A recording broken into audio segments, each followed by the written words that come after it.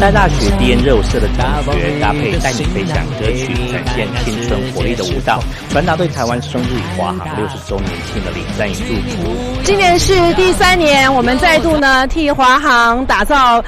国庆的这个花车的设计与制作啊，我们再度发挥呢我们大一大学师徒制的这个精神，老师带学生，然后学长姐带学弟妹，然后打造纯手工的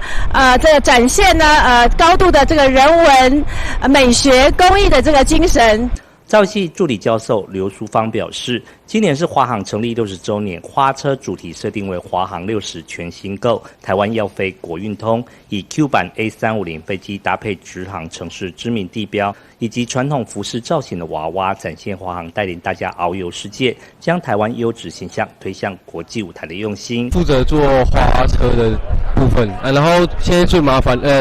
那时候最麻烦的时候是在搞定它机械的部分，就是要去了解电机还有电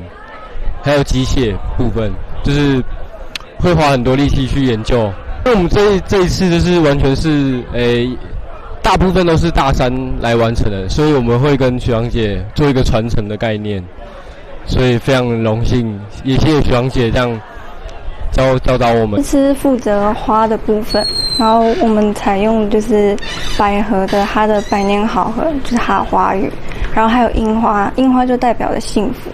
那还有一个是蝴蝶兰，就是台湾的蝴蝶兰。那因为蝴蝶兰它比较像蝴蝶的那种样子，然后在空中飞，那就代表着那个幸福就向你飞来这样。我们这次负责的是东京铁塔，然后它这个比例大概是20:1的部分，然后它比较困难的，我觉得应该是它的颜色，它的色彩的一个搭配，就是因为可能一开始我们是想说色彩做一些微调，但是后来想说，这是一个华航的一个表面，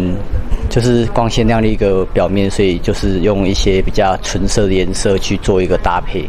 大一师生发挥老师带学生、学长姐带学弟妹的德国师徒制精神，展现人文工艺美学。8日下午国庆花车预演首度亮相，一出场就成功吸引现场目光。